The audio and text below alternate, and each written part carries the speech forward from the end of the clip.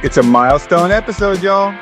So good morning, good afternoon, or good evening, wherever you're listening from. My name is Eric, and this is the Five Head Podcast.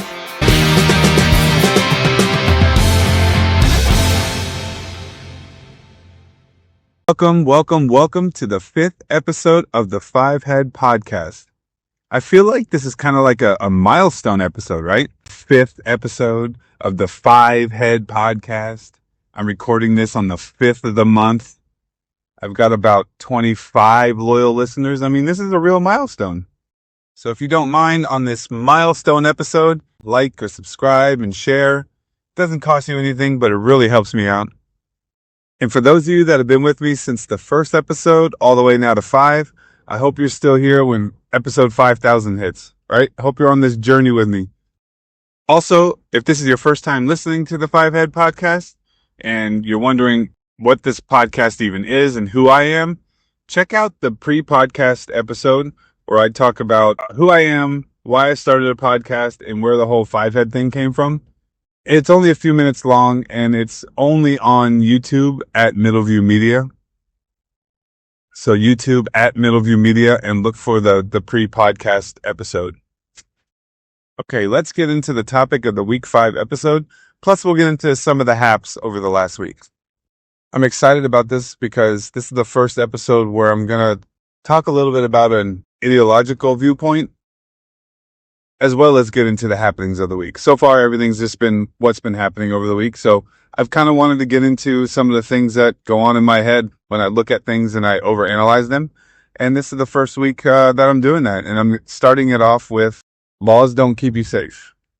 And if you, like me, have been raised in this first world civilized society, you're probably under the impression that we have laws to keep us safe. That's how they're sold. And I'm glad you think that, because now I get to violate your mind, because I'm going to change the way you look at that. Or I'm not going to change how you see that, and you're just going to think I'm a big idiot, and that's okay too. So let me preface this a little bit. When we think about our laws and keeping ourselves safe, I'm talking about safe from physical harm. So your more heinous acts, like assault and battery, kidnapping, rape, murder. The laws we have in this country are not what stops those things from happening on any given day.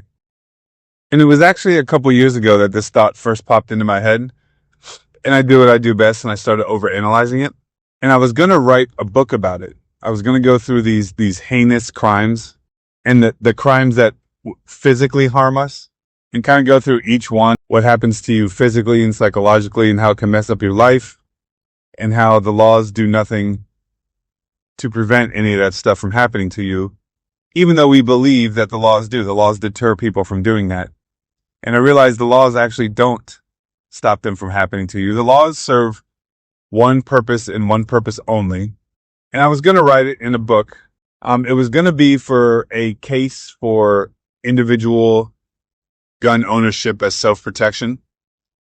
But I'm not going to argue gun ownership here. I'm just going to go over how the laws don't actually keep you safe and what the laws are actually good for. Not that we shouldn't have those laws against those things, but they don't keep you safe.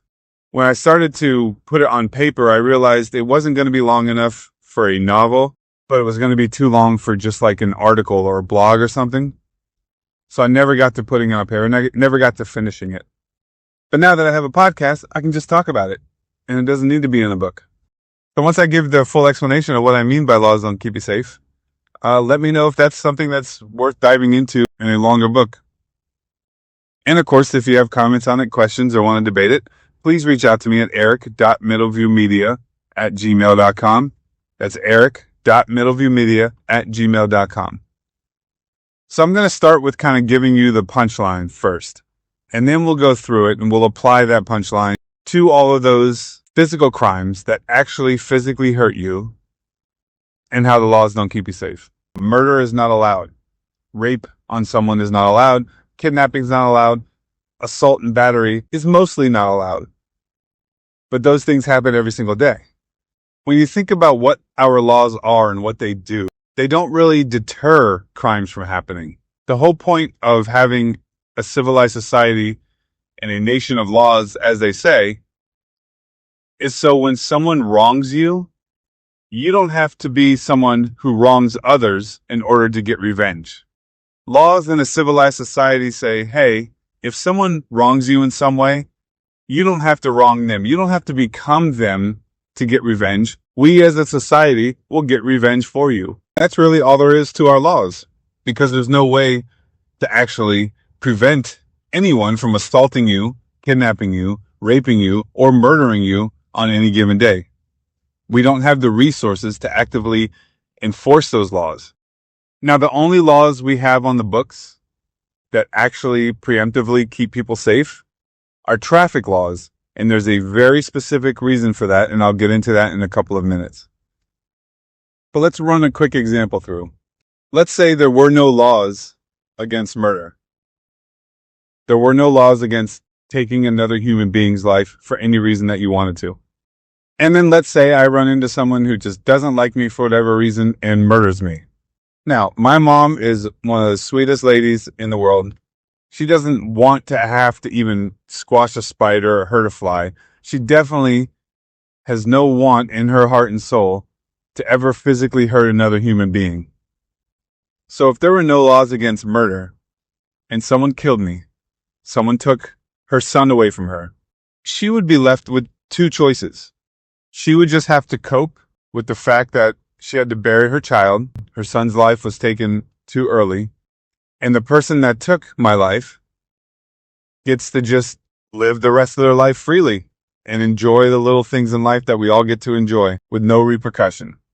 If there were no laws against murder, that's one of her choices, just to cope with the fact that your son is gone, his life was cut too short, and the person that did it gets to go on living life.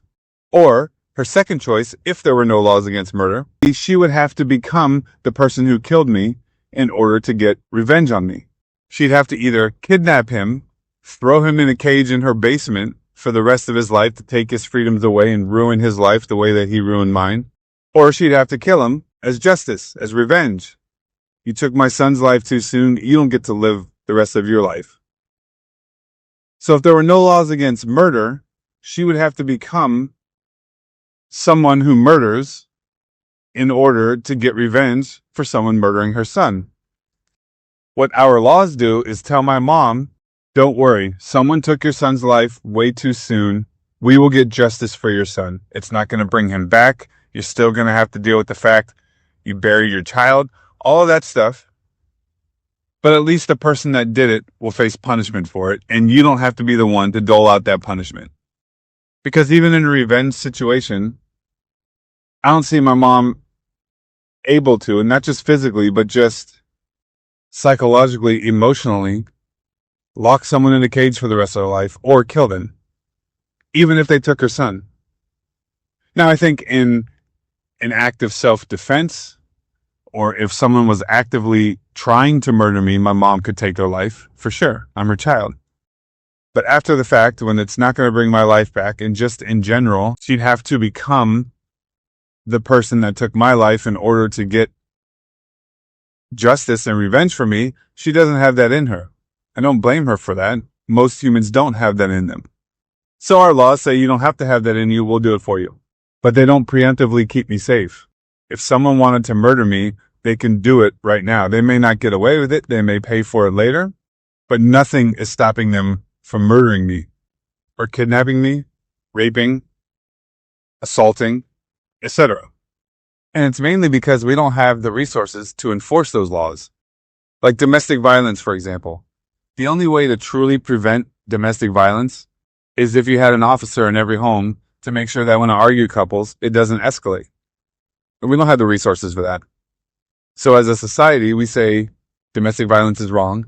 If you do it, you can go to jail for it. But that's not what keeps people from beating each other inside their house. We try to protect kids in public parks being patrolled by police, in schools with fences and adults there to deter anyone from kidnapping. But we still don't have the resources to protect them all the time. None of the laws that we have on the books are deterring this from happening. People will argue that laws are a deterrent, but I don't believe that. I don't believe that the reason why you can walk down the street without people walking around punching you in the face is because they think to themselves, if I do this, I could go to jail. The number one deterrent we have from people physically harming each other is that we're raised in a society, a civil society, where we are groomed to believe the worst thing you can do is physically harm someone.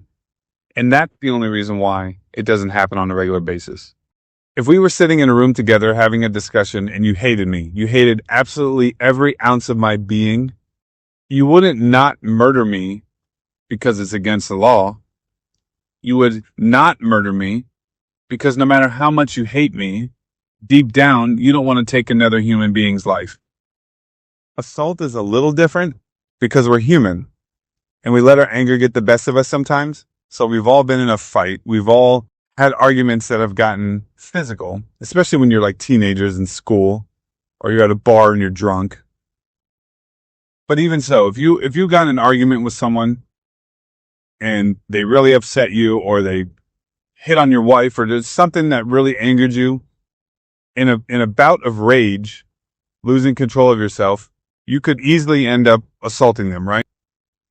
If you threw a punch in a little bout of rage and it was like a haymaker, I mean, it was a great punch, right? Like you built up all that anger and you just let it out in a punch and they fell to the ground, hit their head on the curb and died from it, you would feel absolutely terrible because no matter how much you wanted to punch that person in the face in that moment, the last thing you wanted to do was end their life or ruin their life. Because it's not just murder laws. It's like I said, kidnapping and rape. To ruin someone's life like that is not something that most people want to do. Most people don't want to wrong other people. And that is why most people live their lives without being victims of other people and without victimizing other people.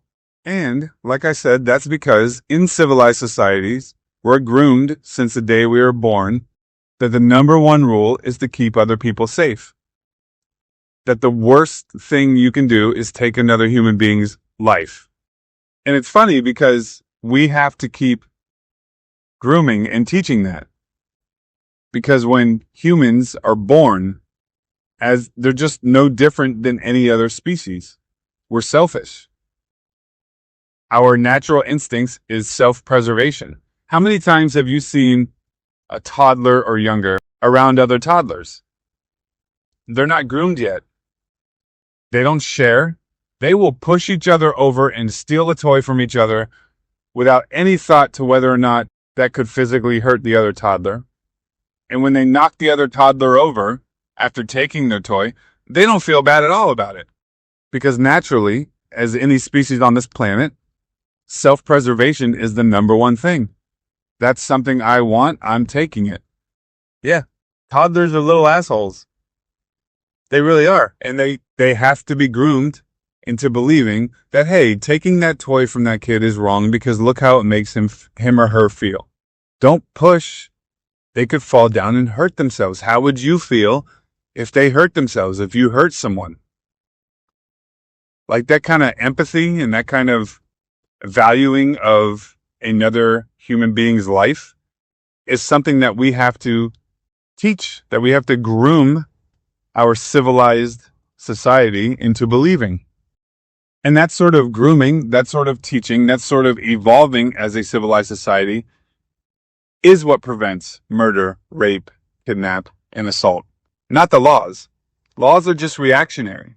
Because for the few people who do devalue someone else's life for their own gain, whether it's murder, kidnap, rape, whatever the case, you get punished for doing it. But they don't prevent those things from happening. Deep down, naturally, you know that no human law like that keeps you safe. So, for example, if you are walking to your car after working a late shift in a parking garage, or you're parked in an alley downtown somewhere, and you enter that garage and you enter the alley and there's no cameras and it's just you, and there's a couple other people milling around. Naturally, your alerts start going up and your red flags start going up. It's your body's natural way of saying, hey, if this other being is around you, there could be potential harm done to you. Even though you know it's against the law. You can walk to your car without someone beating you to a pulp or kidnapping you or murdering you because it's against the law. And if they do that, you know they're going to be in trouble for it if they get caught. But you're still cautious. Naturally, you can't help it. Because deep down, no matter how many laws are on the books, you know they don't protect you in that moment. The only protection you have is you. And yet we still, as a society, trust. I'm going to go to work today and I'm going to park in this garage and I'm going to get out for work. I'm going to walk to my car and I'm going to drive home. And through all of that, no one's going to wrong me in any way because we live in a civilized society. But it's not the laws that create the civilized society. It's humans deciding to be civilized and not be assholes to each other and valuing each other's life and valuing the idea of not wronging each other that keeps us safe. The laws are just reactionary, and for the few that don't live those values, they'll get punished after the fact, but after the fact means you've been hurting something. Now, I'm not going to say all this and try to make the case that you as an individual should own a gun, but I do want to talk about gun laws a little bit in relation to everything we just talked about. So we all know deep down that the laws we have in the books don't keep us safe every single day. They're just reactionary. If someone wrongs us, then they get punished for it, but that we still get wronged in the end. So this is where the gun debate kicks in. Because a way to keep yourself safe when the laws don't actually do that, one way is to own a gun. It's a tool for keeping yourself safe. The problem is, it's also a tool to be used by people who want to wrong others. The few in society that have no problem wronging or hurting other people, it is also a very beneficial tool to them. And I think we can all recognize that. When people argue the gun debate, you've got one side arguing more guns in society means more bad people can do bad things to other people. And the other side's arguing more guns in society gives good people a chance to defend themselves against these heinous crimes from bad people who have no problem committing these crimes on others. And the funny thing is, both sides are correct in that argument. And in order to debate guns, both sides will take it to the highest extreme that they can. My daughter's 18 years old. She's leaving work late at night, walking to her car. If someone wanted to kidnap her, someone wanted to rape her, she cannot physically protect herself from that. But if she had a gun, she could protect herself. I could see that argument. However, we should be limiting the kind of guns people have access to because no one needs a fully automatic rifle, for example. And that's usually where the argument lies. It's okay to have a handgun, just no one needs like an AR-15, for example. No one needs an M16. Those are military weapons. And on one hand, it's true. No one's leaving work with an AR-15 slung on their shoulder. But on the other hand, a bullet's a bullet. If you have a tool like a gun to protect yourself, that's a pretty good deterrence for someone harming you, regardless of what kind of gun it is. But I don't want to spend this podcast getting into the gun debate because there's legit arguments on both sides on whether or not guns in society are a good or bad thing.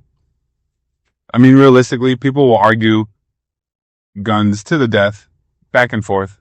But the realistic middle ground is guns are a great tool for self-defense. They're also a great tool to use to wrong other people. So one of these times we'll have a whole podcast episode. We'll discuss the entire gun debate from the self-defense angle to the Second Amendment angle, into the legit arguments on both sides.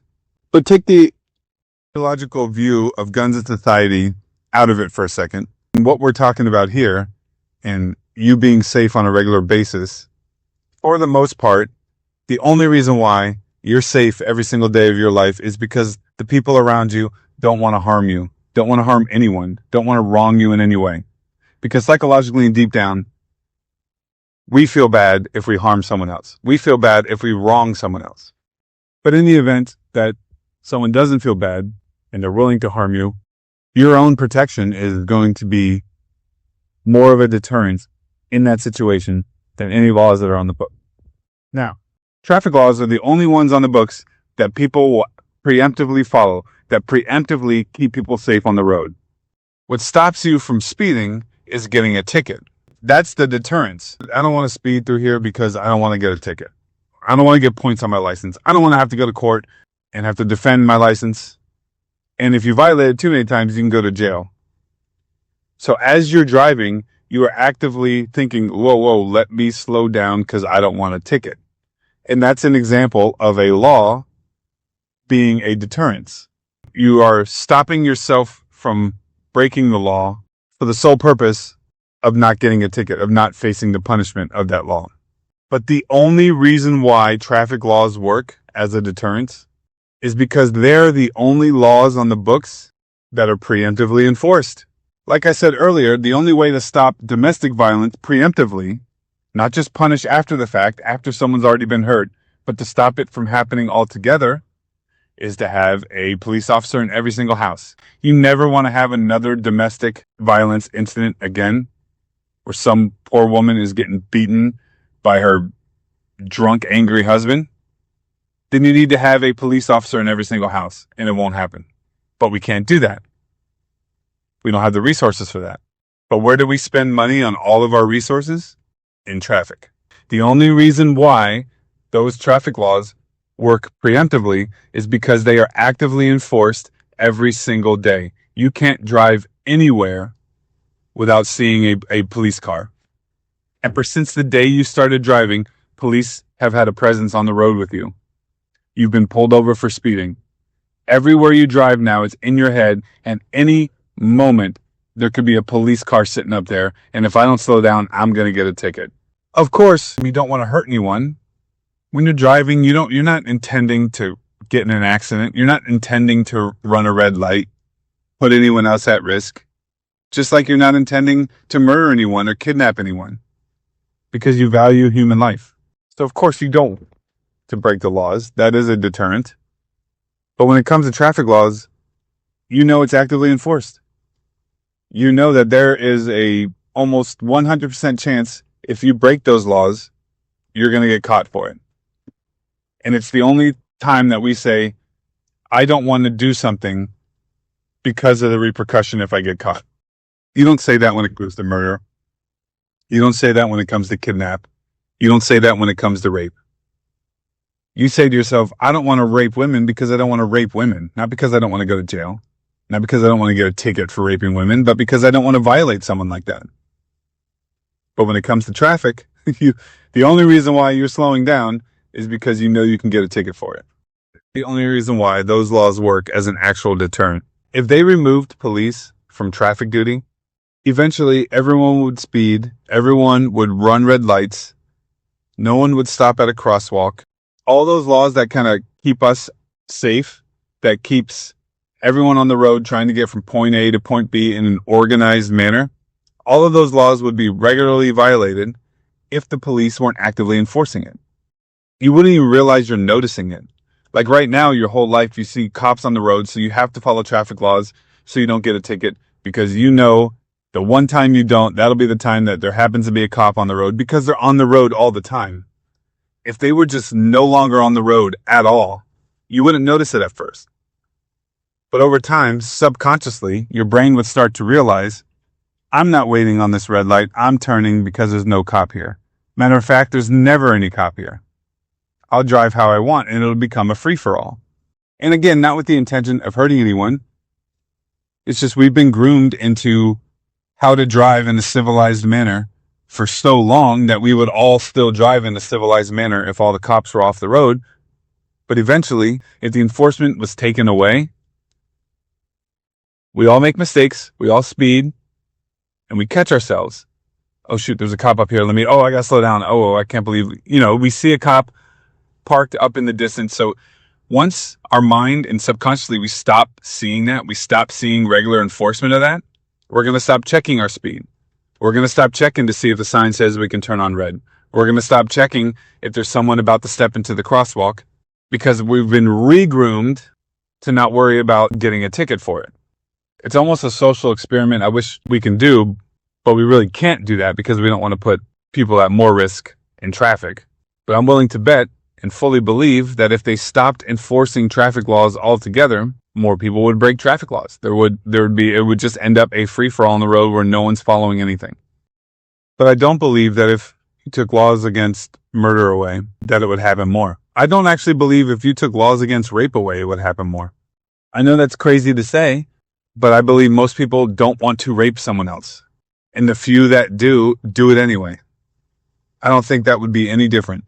And what prevents these things from happening is people being raised to believe in moral goodness and to not wronging other people and not harming other people. How do we ensure that lasts continuously in society? And I think that's the key to lowering violent crime, is to continually convince people that these things are wrong, to make people believe deep down that that's just not something they want to do to other people, that the worst thing you can do is to physically harm someone.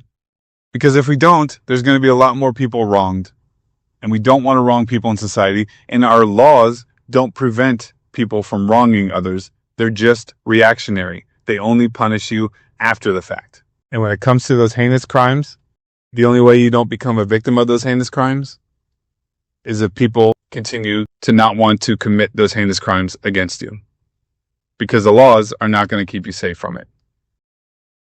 All right, so what else have we got going on this last week? This interest rate stuff is absolutely killing me.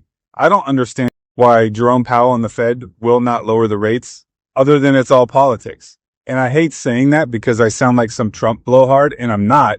It's just the situation that it is right now. Trump just happens to be president, and Jerome Powell just happens to hate Trump, and is the only reason I could see for not lowering interest rates. And I don't blame him for hating Trump. Trump does nothing but insult the dude. Trump also exposed the dude's plan to spend $2.5 billion in taxpayer money for the Fed to build themselves a new luxury office. Like, I get why he doesn't like Trump, but this is all politics. It makes no sense to me that they're not lowering the interest rates. And it kills us. It kills the government, it kills businesses, and it kills the individual. And I'll go through that in a second. But it made sense back in 2021 and 2022 when they were raising the interest rates, because inflation and unemployment were way up at that point. However, you can't tell me this is not political, because the reasons they raised the interest rate in the first place have all subsided. Back in 2024, during election season, the Fed lowered interest rates 3 months in a row. And the inflation rates were between 2.5 and 2.7, which is what it is now. And the unemployment rate was between 4.1 and 4.2, which it is now. So why won't he lower the interest rates now? And his claim on his press conference that he gave last week is that it's, economic uncertainty in the future makes them hesitant. Well, no shit. There's always economic uncertainty in the future. Nothing is for certain. The economy can go up and down at any moment. You don't keep interest rates artificially high because of that. And why was it okay to lower interest rates last year during campaign season, essentially, when the inflation rate and unemployment rate were roughly what they are now? But now it's not okay. Not just that, everyone talks about lowering interest rates will cause inflation. Sure, potentially. But look, they lowered the interest rate 3 times last year. And since last year, every month, inflation has gone down. Inflation was in the mid 3%, 3 to 3.5%. And after they've lowered interest rates, September, November, December of last year, this year, interest rates have gone down to 2.7%. So I thought lowering interest rates would cause mass inflation. But that's not true. Actually, they raised interest rates in 2021, and look at the inflation rates for 2022 and 2023. They went way up, even upwards of 8% some months on the year over year. So I thought raising interest rates would curb inflation. Does not. Inflation went up after interest rates were raised by a lot, and inflation went down after interest rates were lowered toward the end of 2024. So that doesn't make any sense. It also doesn't make any sense because inherently, inflation is going to be controlled by the market. When you artificially do stuff like lower and raise interest rates, yes, it's going to have an effect on inflation. So potentially, if they lowered the interest rates right now, and I don't mean by like 0.5%, I mean lowered it from like 2 or 3%. Sure, you could get some inflation for that, but the markets are going to correct itself. See, the best thing about inflation opposed to taxes is consumers have a choice. So when prices become inflated due to outside forces instead of natural supply and demand, people have a choice and the markets will correct itself. So if you lower interest rates and it causes a bout of inflation, that's fine. That'll be temporary. It's going to subside over time as the markets work themselves out naturally. So you can't tell me that lowering the interest rate is going to cause all this inflation when over the last 4 years, we saw the opposite. Every time they raised the interest rate, inflation rates went up. And when they lowered the interest rate last year, inflation started coming down. And last year, Elizabeth Warren, in September, prior to them lowering the rates and trying to get the Fed to lower the rates, was on TV, and she said, you can blame some of the inflation on the higher interest rates. She said keeping the interest rates high actually leads to higher inflation because businesses borrow money to produce the products that they're selling to people. Well, if those products cost more because they're paying a higher interest rate, they have to raise the prices to cover that extra cost. So when I said a few minutes ago that inflation hurts the government, businesses, and people, that's how it hurts the businesses. Borrowing money costs them a lot more than before. How it hurts the people is pretty obvious. You go to buy a house, I calculated this. $300,000 at a 7% interest rate, $300,000 loan, is a monthly payment of $1,995 a month. The same $300,000, but with a 3% interest rate, costs $1,265 a month. $730 a month more for the same house just because of the higher interest rate. It's insane. And who makes that extra $700 a month? No one ever talks about this too. When interest rates are high, who profits off that? The top 1%, the rich banks.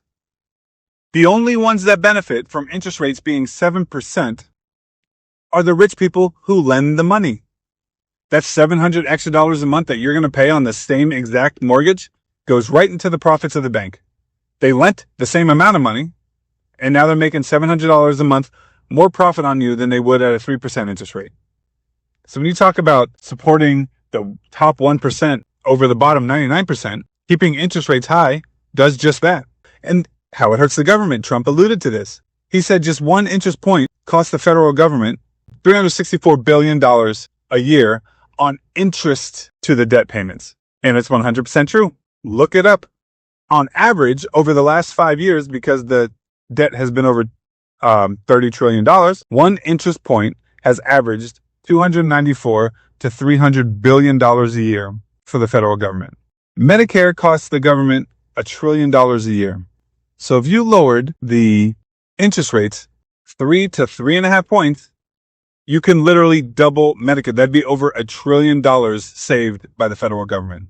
Social Security is what, $800 billion a year? Again, lower it 3 points and you can double Social Security. But people have made the argument, if you're going to donate $200 million for a ballroom, how many school lunches would that pay for? Okay, fair argument. How many school lunches could that go to? 200 million could go to a lot. How much could $300 billion go to? Just by simply lowering an interest rate. You see, this is why they don't want to lower interest rates. This is why I'm saying it's all politics. Powell and the Fed hate Trump. Not only does Trump insult him every day, like I said, expose their plan to use $2.5 billion of money that comes out of your and my paycheck to give themselves a new office, but he's openly called to end the Fed. So of course they hate him. The real game here is, from a political standpoint, is they know that if they lowered interest rates right now, 4 things would happen. 1, the federal government would bring in more money because there'd be less interest paid for on the debt. Number 2, it will allow businesses to borrow more money at a less cost, which will help offset some of those tariffs. It will cause a housing market boom because people are wanting to buy houses right now. It's in all these housing reports. The majority of the middle class right now can't afford to buy the house that they would have been able to afford 3 years ago only because of the interest rates. So that's number 3. It'll help the people. And number 4, it'll lessen the amount of profit that the top 1% rich banks are making off of these high interest rates. Those are 4 things we could all get behind. The government having more money to fund their government programs, businesses having less costs to keep the prices down for all of us, the rest of us being able to borrow money and have access to money at an affordable rate, and the top 1% making less in profit because interest rates are lower. All those are 4 great things, and the Fed, headed by Jerome Powell, know that if they lower interest rates right now, those 4 things are going to instantly happen. And if those 4 things happen and the economy booms from it, They know that congressional GOP will run off it in midterms. They know that the economy is still the number one thing, and if the economy booms starting right now, that's what every GOP House and Senate member whose seat is up for re-election in 2026 will run on the economy. And if that boom lasts more than 2 years, the next GOP candidate will run on that economy. And that's why he doesn't want to do it. Those 4 things will happen, and it's going to make the GOP look good. But everyone should want these interest rates lowered. Even if it causes some temporary inflation, those other 4 things hitting the economy all at once will outweigh that instantly. So that's why I do not understand how they can look us in the eye, Jerome Powell and the Fed, with a straight face and tell us they're not lowering rates. It is 100% political. The Fed is just controlling economic policy by doing this. Crazy. Another crazy thing going on this week is everyone's acting like they've never heard of gerrymandering before. You've seen this, right? Texas is redrawing their districts, and the predictions are due to this redraw, it's going to turn pretty much every county in Texas red. And of course, these predictions are based on the 2020 election and how these areas of the state voted. And if they were to hold their vote the same, it would flip a lot of these counties that voted blue to red overall. I get why Democrats are upset about that. I mean, obviously, the goal for both parties is to retain power or win power in the midterms in Congress. But what I don't understand is people acting like this is something new, that gerrymandering is new, that redrawing districts is new. Now, generally, districts are redrawn for each state after the 10-year census. However, it doesn't need to be. There are cycles within that 10 years where states can redraw their districts based on their own state laws. And in Texas, there's a couple of ways that they can redraw districts outside of the census based on their own state laws. And one of them is the midway point, which we're at in 2025. And Texas is trying to take advantage of it. And so in retaliation, you've got like Gavin Newsom saying, how would you feel if we redistricted California so that it would basically make all representation in the House from California blue? And New York is saying they could possibly do the same thing. And my attitude is go for it. Like, if you're willing to do this as a retaliation, then why are you mad Texas is doing it in the first place? And there's always this argument on gerrymandering, but redrawing the district, whether you do it every 10 years after the census or not, can be considered gerrymandering. Of course, the state legislature, which is a mixture of red and blue, are going to want to redraw the maps to give them their party the most representation in the House. And the party that's in control of the legislature is going to have that kind of advantage and say in that. And I completely understand that representation in Congress is based on population, not area of a state, but you could still draw districts once and make those districts permanent. In theory, if you have a district that depopulates so much, there's only 3 people living in that entire district, then they shouldn't get their own House member in Congress. I get that. But you can draw districts one time, make them permanent, and if there's a district that somehow 10 years from now has so few people in it, you could still leave that district as a permanent district. It just doesn't get represented in Congress until it reaches a certain amount of people. And you take away any kind of future gerrymandering. And I don't think the states will sign off on that because they want the chance to be able to redistrict when it benefits them. So I don't think it's going to work anyway. I still think the House is going to go blue in 2026. No president, at least in my lifetime, has ever had full control of Congress for more than 2 years. And so naturally, the House is going to flip back to blue because I think the GOP will retain the Senate. At the very worst for the GOP, it'll be a 50-50 split with J.D. Vance having the tiebreaker. That's just my prediction on what's going to happen in 2026. Democrats will control the House. Republicans will control the Senate. We probably won't get any piece of major legislation. And we'll just continue to get CRs until Trump's term is done. But now you have Democrats in the state legislature in Texas that have fled the state so they don't have to take a vote on these new district maps. How funny is that? We're fighting for the state of Texas by fleeing it. So now we don't have quorum for a vote because the members of the state legislature aren't there. And it's a fun game. And now you have the governor threatening to have those people arrested for breaking quorum. And all of it's bluster. It's all just entertainment for all of us to argue on social media. It's not going to happen. I'd have to look up Texas laws on redistricting. I don't think they're going to be able to get it done. I think they're going to need federal approval anyway. It's going to go through federal courts and most likely won't happen. So it's all just for posturing and bluster, I think. But it's hilarious and it's entertaining. And it does bring up the topic of gerrymandering, which both sides do. And then both sides complain that the other side does it. And there doesn't seem to be a standard across the board for anyone. Make the districts permanent, no more changes. And apply that standard across the board. And I'm not saying as in a federal takeover. I'm saying states that don't adopt that kind of standard are not adopting it so they can gerrymander. There you go. And that's how you determine it. We're going to unfairly gerrymander by not adopting permanent districts.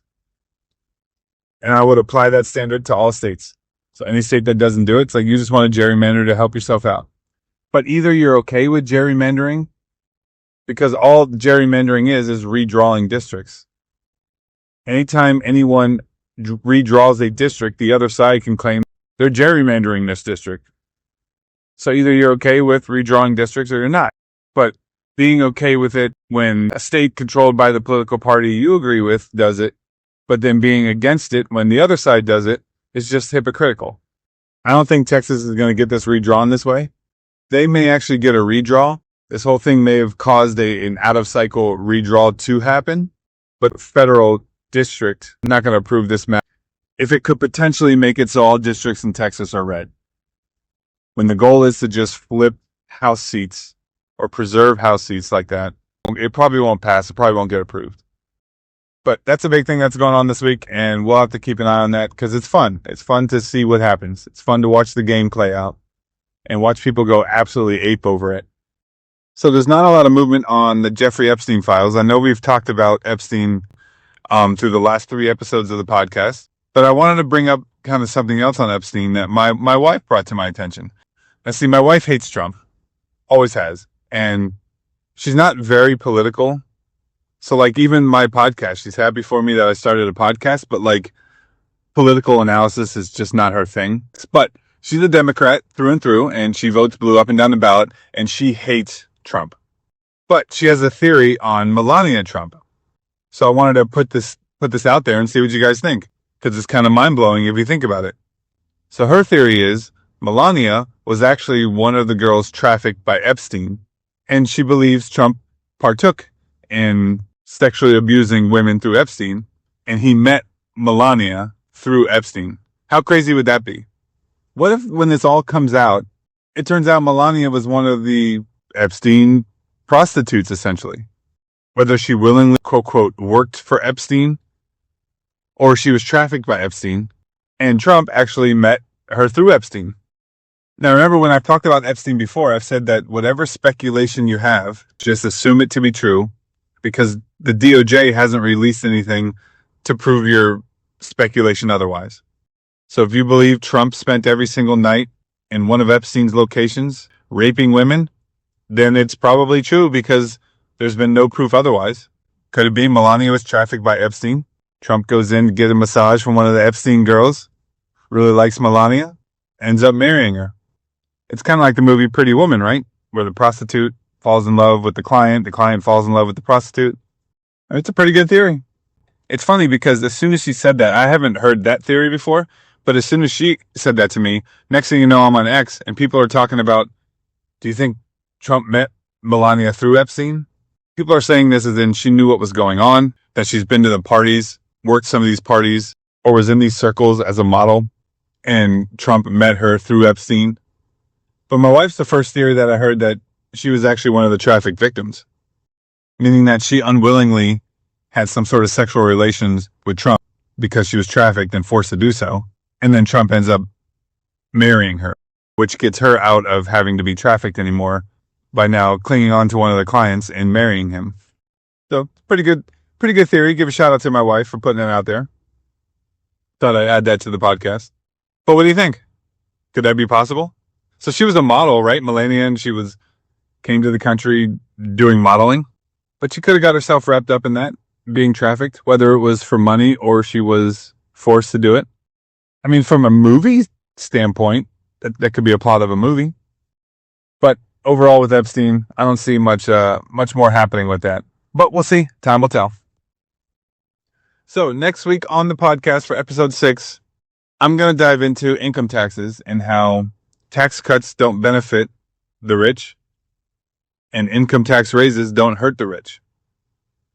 When there's an income tax cut or raised, it only affects the middle and lower economic classes, and we will get into that next week. For now, thank you for listening to the episode. Questions, comments, concerns, want to debate anything, leave a comment, email me, eric.middleviewmedia@gmail.com, and please follow, like, and share. Costs you nothing, really helps a brother out. That's it for this week. 5 Head out.